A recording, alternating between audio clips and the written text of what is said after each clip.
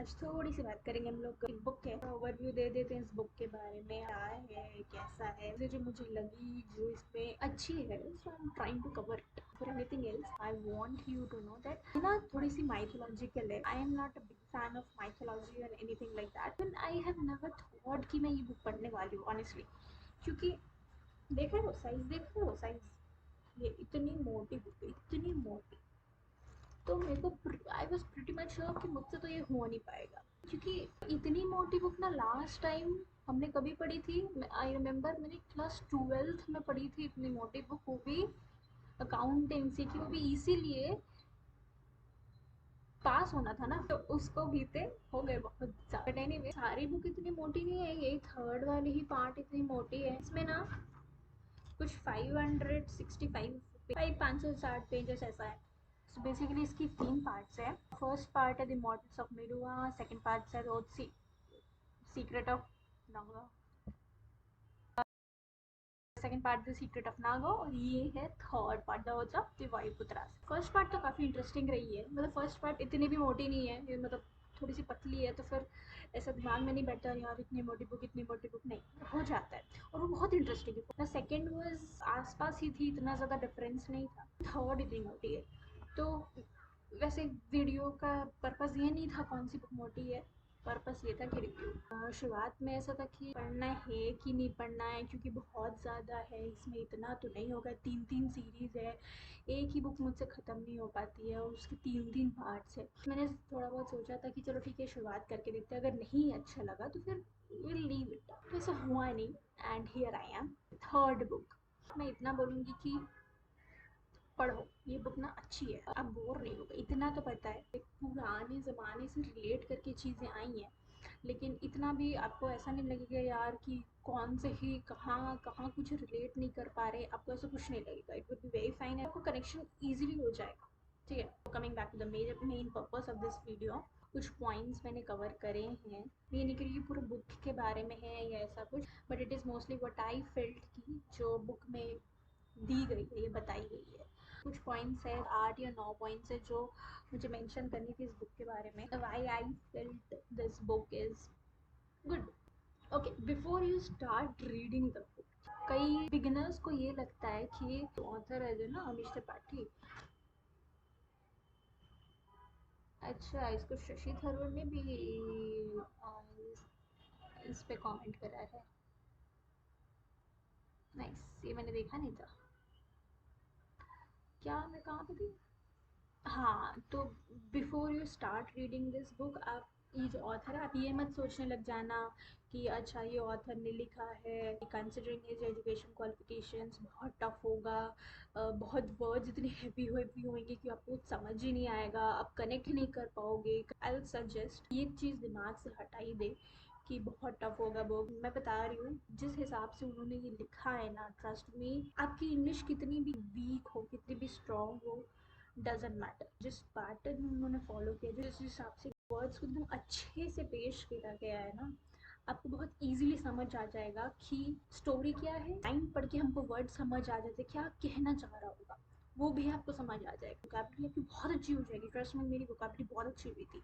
Even आपको अगर ये लग रहा होगा कि ये टफ टफ वर्ड है हमको समझ ही नहीं आएगा, देखो आपको टफ तो लगेंगे, मैं ये नहीं कह रही कि आपको टफ नहीं लगेगा। जब आप वो गूगल करेंगे ना वो वर्ड, तो आपको इतना तो पता चल जाएगा कि ये वर्ड तो मेरे वोकैबुलरी में जा रहा है, मेरे को नहीं पता ये वर्ड मेरे वोकैबुलरी में जा रहा है। और आपकी इतनी अच्छी वोकैबुलरी हो जाएगी, आपको खुद ही रियलाइज़ होगा जब आप फर्स्ट पार्ट पढ़ेंगे ना, तभी आपको रियलाइज़ हो जाएगा कि इसकी कितनी अच्छी वोकैबुलरी है और आपका कितना ग्रोथ हुआ है। आई विल नॉट से कि वर्ड्स बहुत इजी यूज़ करे गए हैं, बिल्कुल टफ यूज़ ही नहीं करे गए, नहीं, I will not say that. उन्होंने इजी वर्ड्स भी यूज़ करे, उन्होंने टफ वर्ड्स भी यूज़ करे हैं। तो first 2 chapters read it, I am sure you will complete the whole book. मेरा एक फ्रेंड है जो कि गवर्नमेंट एग्जाम्स वगैरह काफ़ी पढ़ाई कर रहा है उस पर, तो उसमें एक क्वेश्चन था, the immortals of Meluha bracket में शिवा ट्रिलॉजी किसने लिखा। तो ये एक एग्ज़ाम गवर्नमेंट एग्ज़ाम में आ रखा है, ठीक है, तो those who are preparing for that थोड़ा सा ध्यान रख ले, आपके लिए अच्छा होगा। शुरुआत करते हैं। जो मैंने ऑब्जर्व करी इस बुक में, ऑफ कोर्स इससे भी ज़्यादा चीज़ें होंगी जो बहुत सारे लोग ऑब्जर्व करेंगे जो मैंने कवर नहीं की होंगे। तो वेरी फर्स्ट थिंग इज, इस बुक में हर जो चीज़ है, every single thing is backed up with logic, with science. ठीक है, अब मैं ये नहीं कह रही कि इस बुक में पूरा एक्सी वर्मा दे रखा है, नहीं, जो भी चीज़ है, जो भी कॉन्सेप्ट इस बुक में बताई गई है, तो everything has its own scientific reasons behind that, ठीक है। इसमें ये ऐसा है कि सोमरस कैसे बनाया गया है, पीने के बाद में जो भी होता है, जो भी आपके साथ में, आपकी बॉडी के साथ में इफेक्ट होती है, कुछ एलियन चीज़ आपके अंदर में जा रही है, तो कुछ ना कुछ रिएक्शन होगा, तो वो प्रॉपरली रिएक्शन को भी एक्सप्लेन करा गया है। और ऐसा नहीं कि उन्होंने जस्ट एक थ्योरी बना ली है, ऐसा हुआ होगा, वैसा हुआ होगा, बट कहीं ना कहीं आपको लगेगा कि रीजनिंग दी गई है इसके पीछे। फिर उसके बाद वॉर स्ट्रैटेजी बोलो, इस बुक में ना बहुत सारी वॉर सिनेरियोज है, छोटे छोटे बैटल हो, वॉर हो, छोटे फाइट्स भी हो गए इंक्लूडेड है। इतना प्रिसाइज बताया गया है कि टैक्टिक्स अप्लाई करे गए हैं ड्यूरिंग द वॉर, क्या प्लानिंग प्लॉटिंग है, वो तक बताया गया है। आपको थोड़ी थोड़ी डिटेल्स आ जाती है ना, तो दैट बिकम्स वेरी इंटरेस्टिंग। ऐसा नहीं लगेगा कि आपका वॉर हो गया, खत्म हो गया, चालू हुआ, खत्म हुआ, कब हुआ पता नहीं, बस हम जीत गए, ऐसा नहीं होगा। फिर उसके बाद ज्योग्राफी का भी ध्यान रखा गया। ज्योग्राफी का ध्यान कैसे, मतलब फ्लो ऑफ रिवर, कहाँ से कौन सी रिवर जा रही है उस वक्त में। स्टोरी जो काफ़ी पुराने ज़माने को डिपेक्ट करती है, तो उस वक्त में भी कौन सी रिवर किधर को फ्लो हो रही थी, फिर उसके बाद टर्न कहाँ से ली, कट कहाँ से ली, और उसके आसपास सिटीज़, नदी के इधर में जो सिटी है, नदी के इस पार जो सिटी है, इज इट पॉसिबल और नॉट। उन्होंने सोच तो लिया, वो शायद प्रैक्टिकल भी ना हो, ऐसा नहीं है। उन्होंने बकायदा ध्यान रखा ये सब चीज़ का कि पढ़ते वक्त ये नहीं लगना चाहिए अरे ये तो हो ही नहीं सकता, कुछ भी बोल दिया, नहीं ऐसा नहीं लगता। फिर ऐसा लगेगा हाँ यार बात तो सच। तो बकायदा नहीं, अपने मैप भी दे रखी है यहाँ इन्होंने, समझना बहुत ईजी हो जाता है। कुछ भी हम चीज़ बनाते हैं तो उसका कुछ रेसिडुअल होता है, करेक्टली, या तो फिर हम कुछ अच्छा बनाते हैं तो उससे एसोसिएटेड कुछ रेसिडुअल होते हैं, करेक्ट। तो सोमरस जब बनाया गया था इस बुक के हिसाब से, तो बनाने के प्रोसेस में कुछ रेसिडुअल थे, वो टॉक्सिक था। वो टॉक्सिक एलिमेंट कैसे बना, क्यों बना, क्या मेजर एलिमेंट था जिस वजह से वो टॉक्सिक बना, वो सब चीज़ दी गई है यहाँ पे। और वाकई में आपको लगेगा यार बात सच है, ये एक्चुअली अगर हकीकत में हुई तो सच में वो एलिमेंट टॉक्सिक होगा। ये ऐसा नहीं कि उन्होंने अपनी ही मनगढ़ंत कहानी बना दी, ऐसा कुछ नहीं। उन्होंने इस हिसाब से एक्सप्लेन किया कि आपके दिमाग में पहले आएगा कि अच्छा ये शायद टॉक्सिक था, ये शायद पॉइजनस था। उसके बाद आपके जब दिमाग में खुद ब खुद आ जाएगा, उसके कई बाद में नीचे नीचे वहाँ बुक में ऐसा रिवील करा जाएगा कि तो this is why it became toxic. पहले आपको सोचने पे मजबूर करेगा, उसके बाद ये खुद बताएगा। तो बकायदा उन्होंने केमिस्ट्री का भी कई सारा चीज डाल दिया। At one point I was like बहुत साइंस हो गया। तो पाइथोलॉजी में साइंस में डाल दिया काफ़ी सारा, ऐसा आपको लगेगा बट अब बोर नहीं होगे। ऐसा अगर कोई सोच रहा होगा कि अरे यार साइंस डाल दिया, मैं तो साइंस स्टूडेंट हूँ नहीं, कुछ साइंस आता नहीं है तो फिर मैं कैसे पढ़ूँ, अभी साइंस नहीं रहेगा। बेसिकली उतना भर साइंस है जितना थ्योरी को जस्टिफाई करे या प्रूव करे या रीडर्स को एक्सप्लेन करे, समझा पाए कि क्यों ये टॉक्सिक है, बस उतना भर। फिर कॉन्सेप्ट ऑफ नील कट, ऑफ कोर्स कंठ, मतलब ये जो होता है कंठ, जो कंठ हुआ उन्हीं का क्यों नील पड़ा, बाकियों को क्यों नहीं। जब पिया गया तो फिर क्या हुआ, बाकियों में क्या रिएक्ट किया होगा, वो प्रोबेबली वो सारी चीज़ें बताई। नेक्स्ट पॉइंट आता है कि अटेंशन टू डिटेल। इस पूरे बुक में तीनों की तीनों बुक्स में काफ़ी सारी डिटेलिंग का ध्यान रखा गया, बहुत सारे। वॉर के दौरान कौन किस पोजीशन में खड़ा है, कौन किस एंगल से स्वॉर्ड निकाल रहा है, सो दैट सामने वाले को भी वो अटैक कर पाए, पीछे वाले को भी वो अटैक कर पाए। बहुत सारे जानवर भी आ जाते हैं रास्ते में, तो वो किस एंगल से आ रहे हो, कैसे अटैक कर रहे हो, उस ज़माने में क्या पॉसिबल टेक्नोलॉजीज यूज़ करी जा सकी थी, वो तक बताया गया है। और कैसे होते थे, मैकेनिज्म क्या था, और सिक्योरिटी मैकेनिज्म क्या था, सिक्योरिटी लेवल क्या था। एनिमीज आती है तो कौन सी टेक्नोलॉजी लोगों ने यूज़ करे हैं, सो दैट पता लगे कि तुम्हारा एनिमी आ रहा है। जो भी सोसाइटी डेवलप करते हैं या बिल्ड करते हैं तो उसका बेसिक स्ट्रक्चर कैसा होता है। चंद्रवंशों का अलग है, सूर्यवंशों का अलग है, भृंगास का अलग है, नागास का अलग है।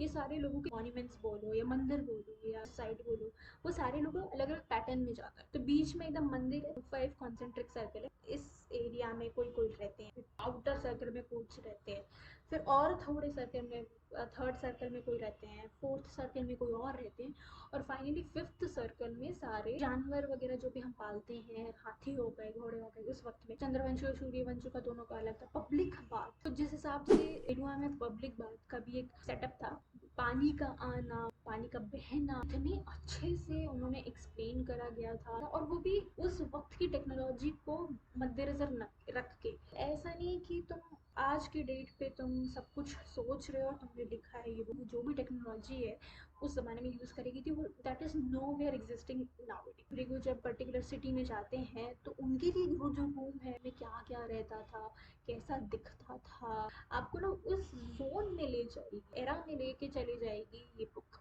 थर्ड थिंग इज़ की रीडर्स अटेंशन। पहले बुक चालू होते साथ में आपको लगेगा कि यार क्यों ये बुक क्यों पढ़ रहे हैं, बट आफ्टर पर्टिकुलर पॉइंट आपको लगेगा कि पढ़ लेते, एक और चैप्टर पढ़ लेते, एक और चैप्टर पढ़ लेते, पढ़ते पढ़ते थोड़ा सा और पढ़ लेते, थोड़ा और, उसके बाद आपको पता चला कि बुक ही खत्म हो गई। मतलब इतना इंटरेस्टिंग है। रिमेंबर कि सब सो गए थे रात के 2 या 3 बजे ना, मैं ऐसे करके बुक पढ़ रही थी, तो जो मोबाइल होता है ना, मोबाइल फ्लैश ऐसे करके रख के पढ़ रही थी मैं, ऐसे पॉइंट पे वो लाके छोड़ रहा था। इतनी इंटरेस्टिंग इंटरेस्टिंग नोट थे कि मैं मजबूर हुई थी नेक्स्ट चैप्टर पढ़ने। This was very different from all the other books I read till. मैंने फर्स्ट बुक बहुत जल्दी कंप्लीट की, considering I was beginner, I am still beginner, इसलिए क्योंकि वो बहुत इंटरेस्टिंग है। रीडर्स जो है ना, पढ़ते पढ़ते ना इधर से उधर नहीं जाओगे, कहीं भटक ही नहीं पाओ। दोनों बुक में ऐसा है, फर्स्ट दोनों बुक में, इसमें भी है। इतना इतना पकड़ के रखेगी आपको, एक एक लाइन जाती रहेगी, वैसे वैसे आप उस जोन में ढलते जाओगे, लगेगा कि आप उस सीन में हो, आप ही हो। लाइट आ नहीं रही थी तो इसी वजह से change of setup, but not change of content. Vocabulary पे बात करें तो वोकैबलरी थोड़ी इसकी ईजी है, मीडियम है और टफ भी है। इसी का एक पार्ट है, उसमें शुरुआत में vocabulary will be very low, बहुत बहुत ईजी रहेगा, लगभग लगभग सारी चीज़ समझ आ जाएगी। उसका जो स्टोरी है बहुत इंटेंस है, बहुत सीरियस है। You will be started reading, मतलब ऐसा ऐसा ऐसा होकर पढ़ना पड़ेगा, अच्छा अच्छा अच्छा अच्छा ऐसा टाइप्स। स्टोरी बहुत इंटेंस है, वोकैबलरी लो है, तो आपका वोकैबलरी सर्च करने में कंसंट्रेशन ब्रेक नहीं होगा, तो आपको इजीली एक फ्लो में समझ आ जाएगा। एक आध वर्ड ऐसे हैं जो आपको नहीं समझ आएगी, लेकिन कहीं ना कहीं सेंटेंस पढ़ते पढ़ते आपको समझ आ जाएगा कि क्या बोला होगा उस वर्ड के through.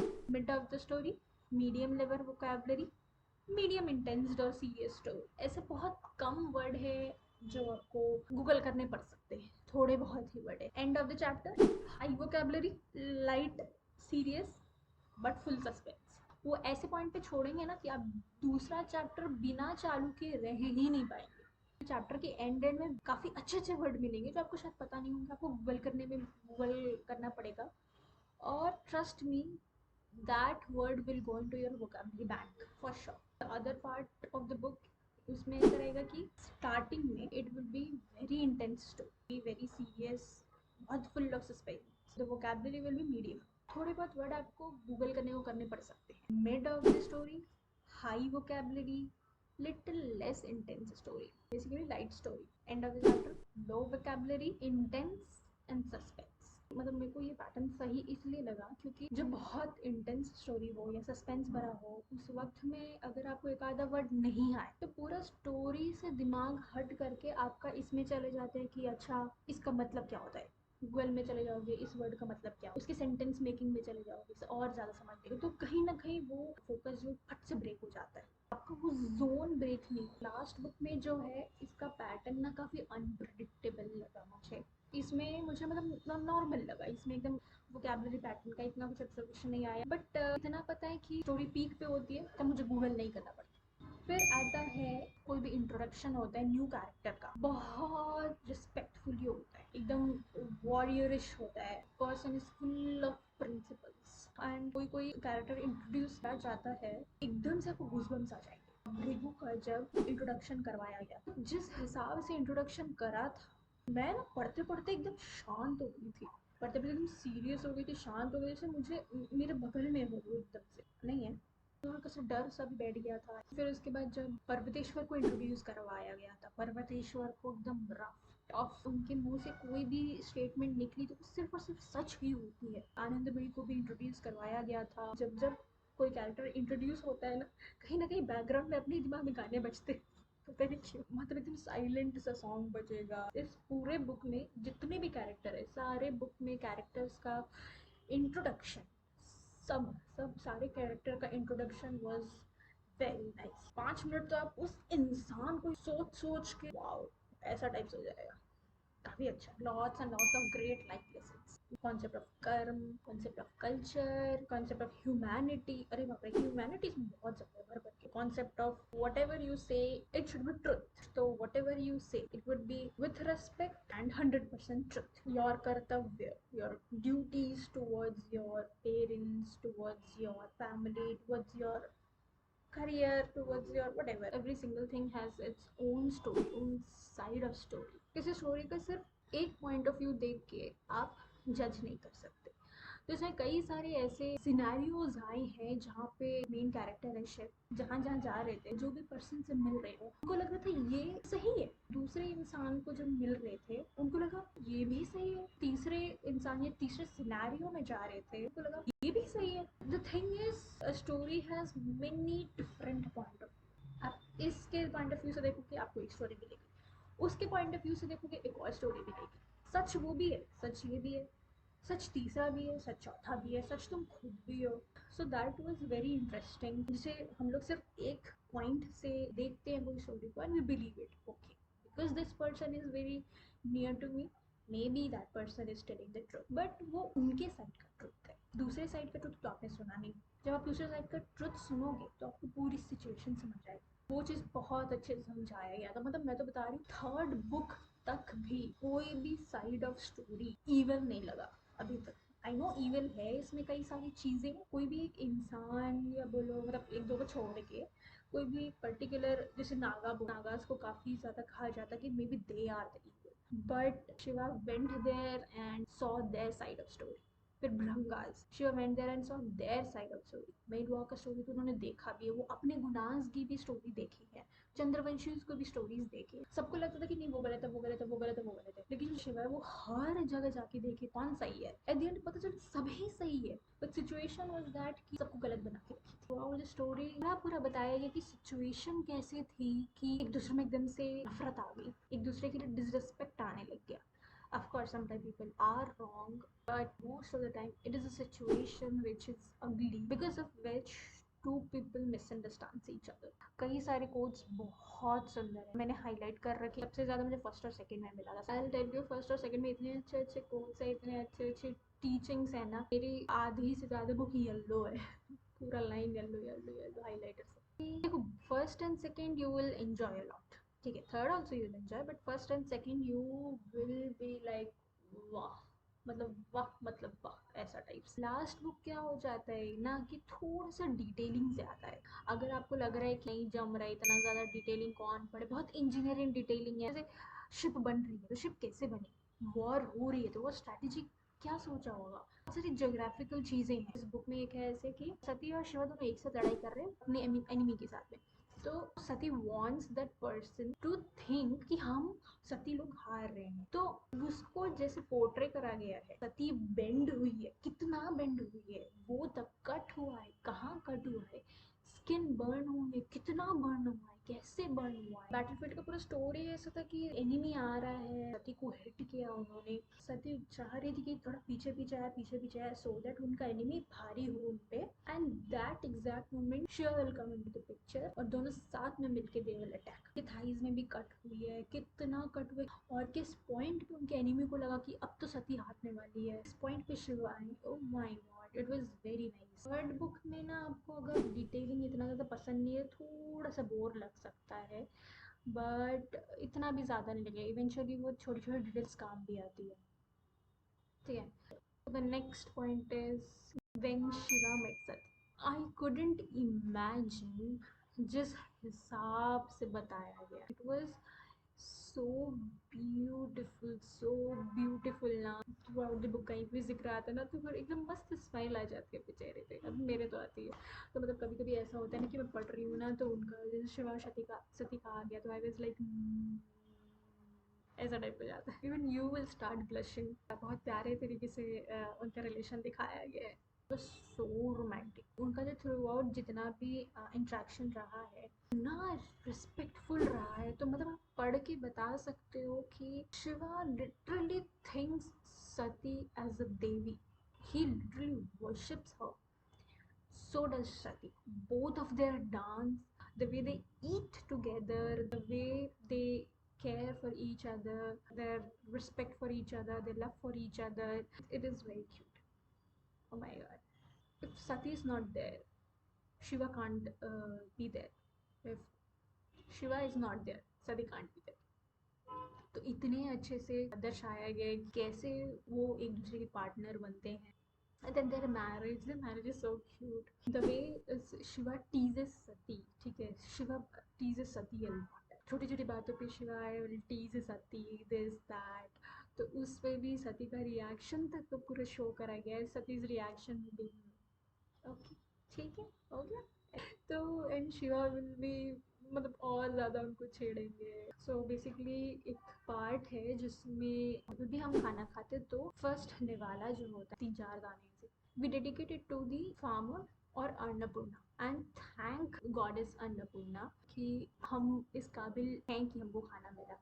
Thank the farmer because of them we were able to eat. They have done so much for us. We have to respect them. It's कुछ नहीं होता है थोड़ा बहुत रिस्पेक्ट दे देते. तो that is the concept.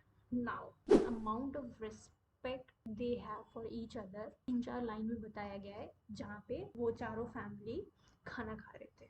In keeping with custom, the family of Mahadev took some water from their glass and sprinkled it around their plates, symbolically thanking goddess Annapurna for her blessing in the form of food and nourishment. After this, they offered the first morsel, Nivala, of food to the gods. Breaking with age-old tradition, though, Shiva always offered his first morsel to his wife. For him, she is divine. Sati reciprocated by offering her first morsel to Shiva.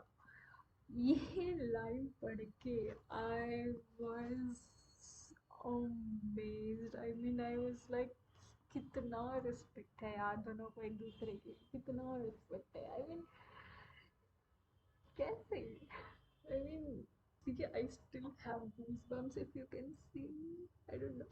Just went inside and touched your heart. कई सारी ऐसी छोटी छोटी चीज़ें हैं जो दिखाता है कि सती is the energy for Shiva and Shiva is a belief system for Sati. And that is the reason वो हर प्रॉब्लम अपना सॉल्व करते रहे चाहे कुछ भी हो स्टोरी में. Shiva and Sati had first fight together with their enemy. कोई मंदिर वाला सिनारियो था तो उन पे कोई अटैक किया था. बेसिकली सती भी कोई किसी ने अचानक से आके अटैक किया. फॉर सम रीजन शिवा भी वहाँ पे थे एंड ही सॉ दैट. तो सती एंड शिवा ने दोनों मिल के उस एनिमी से लड़ाई करी है. और जिस हिसाब से दोनों एक साथ लड़ाई करना वो तो मतलब सीरियस तो लग ही रहा था. मतलब सीरियस भी लग रहा था plus romantic. I was like oh my God ये क्या हुआ है. मतलब आप सीरियस भी हो गए आप मुस्कुरा भी रहे होगे. When Sati was dancing and Shiva was around, bush में छुप के he was watching her dance and he was so in love with her. So from then itself, ठीक है, first meeting itself, he was very surprised जब वो सती को dance करते हुए देख रहे थे. मतलब पूरी वो खो ही गई थी, पता नहीं कहाँ चले गए थे, अपनी ही धुन में चले गए थे. फिर उसके बाद when he came and he danced, at that time also Sati was watching him. और meeting ऐसा था कि when Shiva came to Sati's house and Shiva didn't know कि वो सती का house है. He was eating the first time they saw each other. फटाक से ग्लास गिर गया. तो उस बीच में भी they had eye contact और उसमें भी they have shared little bit of love. It was very cute. एक मीटिंग ये था कि विकर्मा ऐसा कुछ कॉन्सेप्ट था. वो जो स्टोरी था वो थोड़ा सा सैड था, थोड़ा डार्क था. वहाँ पे सती जी थी विद अदर विकर्मास. वो सीन ओ माय गॉड. तो उस वक्त में व्हेन सती चल के आ रही थी बहुत सारे भीड़ में वो बीच में थी. ही सॉ सती. आप पढ़ेंगे ना आपके पीछे ना बैकग्राउंड में ही कहीं म्यूजिक चल रहा होगा. आप ही के दिमाग सब स्लो मोशन में चल रहे हैं. स्लो म्यूजिक चल रहा है. अच्छा चलो बात पर्वतेश्वर एंड आनंदमय लव स्टोरी. तो जब जब उनका जिक्र आता है मुझे हंसी आती है, पता नहीं क्यों. ऑफ कोर्स मुझे पता है क्यों. Parvateshwaran very rough tough man. He's like very righteous man, warriorish. चाहे कितना भी कुछ भी इमोशन हो, कितना भी उनको दुख हो दर्द हो, छुपा के रखेंगे. The more important thing is his country. नहीं लोग कभी भी अपना इमोशन जिक्र नहीं करेंगे.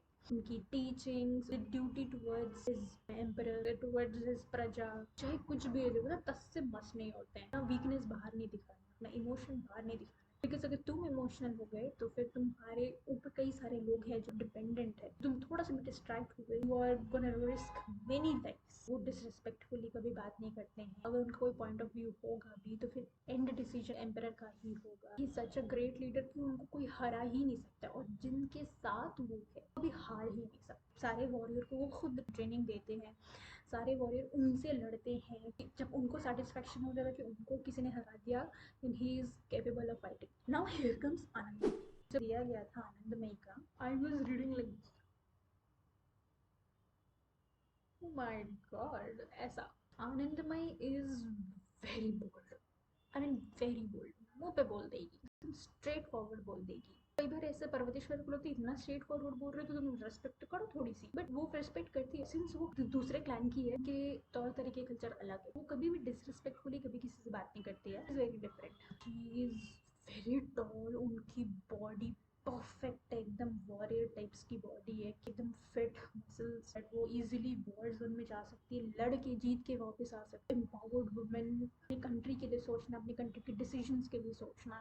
तो इन दोनों का केमिस्ट्री ऐसा है कि he can't even express his feelings to Anandmayi, but somehow Anandmayi knows Parvateshwar feelings. Huh? First appearance of Anandamayi, when she came, literally everybody in the room was just looking at her. And I'm pretty much sure अगर मैं होती मैं भी ऐसी देखती हूँ। My God, what a woman! ऐसा। And now Anandamayi Parvateshwar को बहुत छिड़ती है। What happens is whenever Anandamayi comes around Parvateshwar, he'll look here and there. He will try to avoid her कि उनसे कम्युनिकेशन ना करना पड़े, क्योंकि अगर कम्युनिकेट करे तो फिर कहीं ना कहीं परवतेश्वर में ही ब्लशेस, बिकॉज ऑब्वियसली उनको फीलिंग्स है। हाँ, तो एकदम ज्यादा डर जाते हैं उनकी, अरे यार जैसे हमारे साथ नहीं होते, हमारे कोई क्रश आ जाते सामने दिख जाते तो we behave like as if we don't care, but we care. के चेहरे पे पूरा आ जाता है, शाय हो जाते हैं, हैवी वॉइस कहीं ना कहीं थोड़ी सी नरमी हो जाती है। और आनंदमयी को ये सब कुछ दिखता है, ठीक है, और आनंदमयी देख देख के उसको और छेड़ती है। और फिर उसके बाद कई सारे लोगों को भी दिख जाता है कि पर्वतेश्वर का एकदम अचानक से ऐसा चेंज अप किए हुए, तो कई आसपास के भी लोग, थोड़े कोई लोग थोड़ा बहुत टीज करते रहते हैं उनको। एंड पर्वतेश्वर इज लाइक, नहीं ऐसा तो कुछ नहीं है, मेरे को तो कुछ नहीं है, मैं तो एकदम मेरी ड्यूटी के अलावा कुछ दिखाई नहीं देता है। और अंदर ही अंदर कहीं ना कहीं ही इज लाइक, ठीक है, she is there, okay she is there, okay, but no, focus focus country country, but she is there, focus country. ऐसा टाइप था। And there is one point where Parvateshwar was blushing and I was like, oh my god, is blushing, Parvateshwar is blushing. It's like you can't expect Parvateshwar to blush and he's blushing. Oh my god. कई बार ऐसा हुआ कि पर्वतेश्वर और शिवा सब कोई आनंदमयी के area में आए हुए थे। For some reason Parvateshwar has to go to Anandmayi's room to give some information. He was so nervous yet he was trying his best कि वो नर्वसनेस नहीं दिखे, बट आनंदमयी बिंग आनंदमयी पूरा उनका चेहरा पलटी। आनंदमयी उनको और छेड़ने के लिए ना टफ सिचुएशन खड़े कर देती है पर्वतेश्वर के लिए, कि पर्वतेश्वर ही समटाइम्स ऐसा लगता है, अरे यार मैं कब जाऊँगा, तो he was like, okay just give it the information and I will run. Like that. मतलब बड़े बड़े दुश्मनों से नहीं डरता है, he is being nervous in front of his own lady. Anandamayi will do anything for Parvateshwar, so will Parvateshwar. And I was pretty much sure कि पर्वतेश्वर जिस हिसाब से चल रहा है, he'll never get married. Other side of Parvateshwar, lots of emotion, lots of care, tears, वो जो side of Parvateshwar सिर्फ आनंदमयी ला पाई। So that was very nice. इस बुक को मुझे ख़त्म करने में थोड़ा सा टाइम लग रहा है। अब फर्स्ट बुक पढ़ो, सेकंड बुक पढ़ो, फिर मैंने थोड़ा सा ब्रेक लिया, उसके बाद वापस पढ़ा, फिर थोड़ा सा ब्रेक लिया, बीच में मतलब बुक का बीच में आ गई, थोड़ा सा ब्रेक लिया, 3-4 दिन का भी वापस पढ़ना चालू करी। ऐसा तो वन गो अगर आप पढ़ोगे तो आपको लगेगा ये ख़त्म क्यों नहीं हो रहा है। अगर ब्रेक ले लेकर पढ़ोगे तो फिर आपको समझ आएगा कि अच्छा वो स्टोरी क्या बोली, ये स्टोरी क्या कह रही है, आगे वाली क्या कहेगी, how those all are interconnected. देखो इसमें ना कि 10-12 चैप्टर बचे हैं तो मुझे नहीं लगता उतना ज़्यादा कुछ चेंज होगा। मान लो अगर कुछ और लगता है तो I tell you, probably make another video and cover those elements, but otherwise these are the things which hit me, stayed with me. और भी बहुत छोटी छोटी चीज़ें होंगी जो है इसमें मैंने देखी नहीं, मुझे समझ नहीं आई। So if you want me to cover that, just let me know in the comments. Probably I'll cover those things also. I'll make another video. Shiva trilogy कैसी लगी आपको, ये तीनों बुक में से से सबसे अच्छी कौन सी लगी, क्यों अच्छी लगी, और आपने इसके अलावा और भी कोई बुक पढ़ी है कि नहीं अमीश त्रिपाठी की? अभी तो मुझे इसको ख़त्म करने का मेरे पास बहुत सारे काम है, मे भी उसके बाद देखा जाएगा कि अगर कोई बुक अच्छी लगी तो आई डू अनदर रिव्यू। से मेरे नज़र में है वैसे बहुत सारी बुक, बट मैं बहुत आलसी हूँ। हाँ अच्छा, ये वाली बुक पढ़ी थी, ये मेरा नेक्स्ट टारगेट था, बट मुझे अभी इस जॉनर से थोड़ा सा ब्रेक लेना है, मे बी मैं कोई और बुक पढ़ूंगी। I think this is all in this video. अगर आपको लगता है कि मुझे कुछ बुक पढ़नी चाहिए, आप मुझे बताइएगा, I will read it and I let you. I hope आपको कुछ प्रोडक्टिव मिला हो, कुछ तो इन्फॉर्मेशन मिली होगी जो आपको काम आए। तो अभी जाने का वक्त है। Till then keep smiling, be happy, work hard. Thank you so much for watching this video.